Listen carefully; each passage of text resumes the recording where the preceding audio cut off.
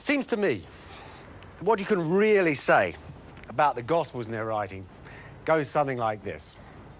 For one thing, the first Christian preachers, Jesus, the Apostles, St. Paul, didn't write much at all. They were preachers. Jesus only wrote one word that we know of. The Gospels tell us he wrote it on sand. St. Paul only wrote his epistles when he couldn't actually turn up at the church in person. This was a faith that was being spread by the power and passion of the word itself. It wasn't then until that generation of preachers that was spreading the faith right round the Mediterranean, right through North Africa into Italy, Greece, all over the place. It wasn't until that generation had actually started to die that the church decided that it would write the stuff down, because these people were preaching the sayings of Jesus, anecdotes about his life, where he was born. And there was a sort of considerable body of this that obviously built up. And then, in this period when the old men had started to die, the church, as one church historian said, actually suffered a loss of nerve. That was that the power of those first words was going to be diminished. So they caught it in print and put it on the page. So what happens? You have the four Gospels, and I think what they represent is books written down by different churches in different places, perhaps one in Rome, one in Alexandria, one in Antioch perhaps, or Ephesus, Asia Minor somewhere. But churches that had shared this similar body of preaching knowledge, the same sort of sayings and stories of Jesus. And they were eager to compare them too and use one version against the other. So you can't say then that the four Gospels are actually four biographies written down by people trailing along after Jesus and copying his every word. But you can say that they are the most authentic witnesses of that amazing wash of faith that was going right through the Mediterranean. Christianity was but one of a dozen Eastern faiths in Rome. It was a muddled thing, and so were many of its preachers. And there was no Bible, no single organization called the Church to tell the faithful what to believe. That the Christianity that we know today ever emerged at all was a close-run thing.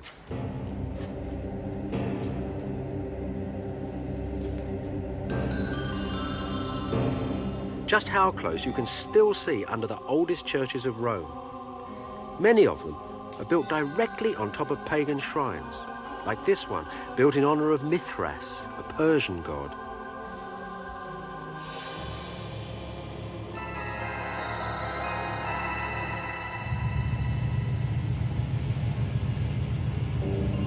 The most evocative of all these Eastern shrines at Rome, where you can really get the feeling of their strange lost world, is a little-known basilica that was found just a few years ago, deep under Rome's main railway line.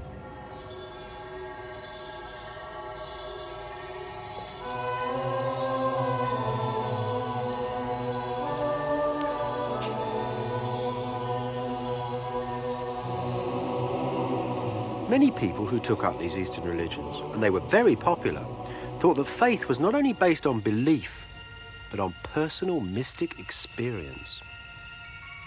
They formed underground sects of initiates called knowers, Gnostics, the people who know.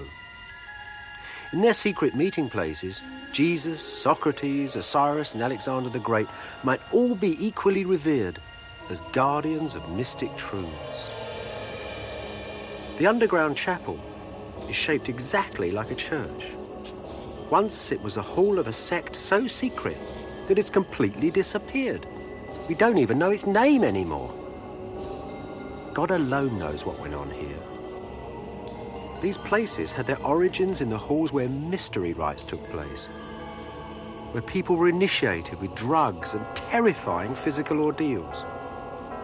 And yet, if Jesus of Nazareth had turned up in here, people would have greeted him as a great teacher, a fighter against evil and darkness. All these strange rituals, these lovely Gnostical ideas, might seem innocent enough in themselves. You think, well, you know, Christians could come in here and accept part of this. After all these ideas of lightness and dark and good and evil, they're even in the Bible. You might think this is an innocent enough place. Consider what happened to lots of Christians. Some of them, for example, Gnostic Christians, would take up eating very special diets. They'd think that food itself was divided into good and evil, into light and dark. So you'd only actually eat good food, light food, drink white wine. Cucumbers were a very fashionable food. The way I suppose when you cut them, slice them around the edge, they flash in the sun and they're full of light and water. So you'd eat lots of cucumbers. And your theory, of course, would be verified because it would go through your body and the wicked sin will come out as excrement. And, of course, the light will come out in orgasm as semen.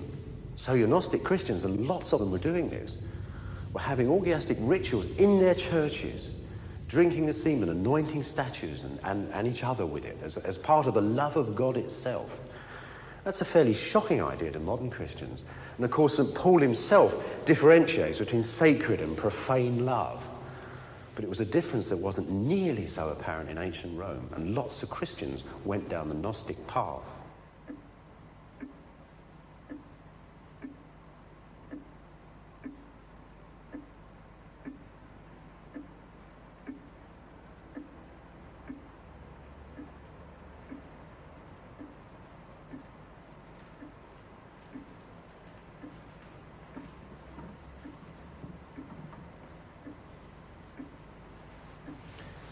The teachers in these secret sects wrote and wrote and wrote.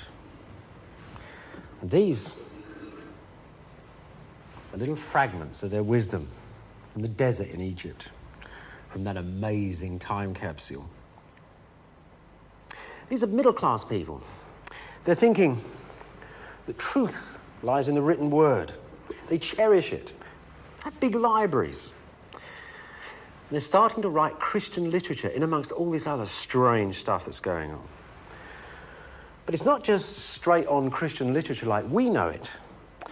This is Christian literature seen through thousands of years of religious experience. Interpretations of Jesus. Not straightforward Christianity. And so you get a most extraordinary body of literature growing up. You get 12 Gospels. One of them tells us that Jesus was gay. You get a wondrous poem that tells us that God was actually a woman. Poems called Thunder, Perfect Mind. And dozens of texts so strange that you can't understand what's in them. You get letters of St. Paul writing to Aristotle. Jesus writing to the King of Edessa. And in amongst all this great mountain of literature, you get the ancient books which will become our modern Bible, mixed up with all this other stuff.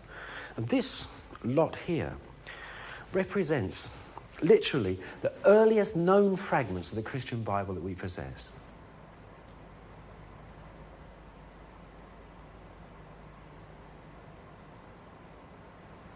These ones were found in a desert monastery. They're preserved in 2 libraries, one in Geneva and here, the Chester Beatty Library in Dublin, where each sheet is preserved between sheets of glass.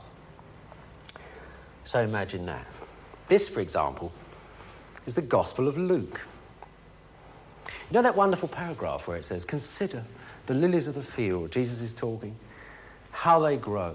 They toil not, neither do they spin." Well, just there is the first time you'll ever see that. In our history, this is the first time you can read it.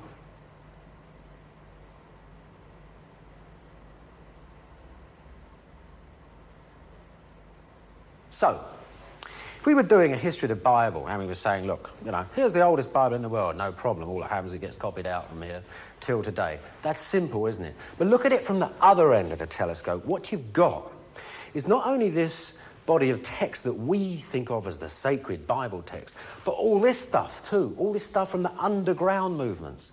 So the big problem in the church, and not only with what we think of as the church, but all sorts of churches all over the world are equally puzzled. These ancient churches thinking, my God, there's all this literature.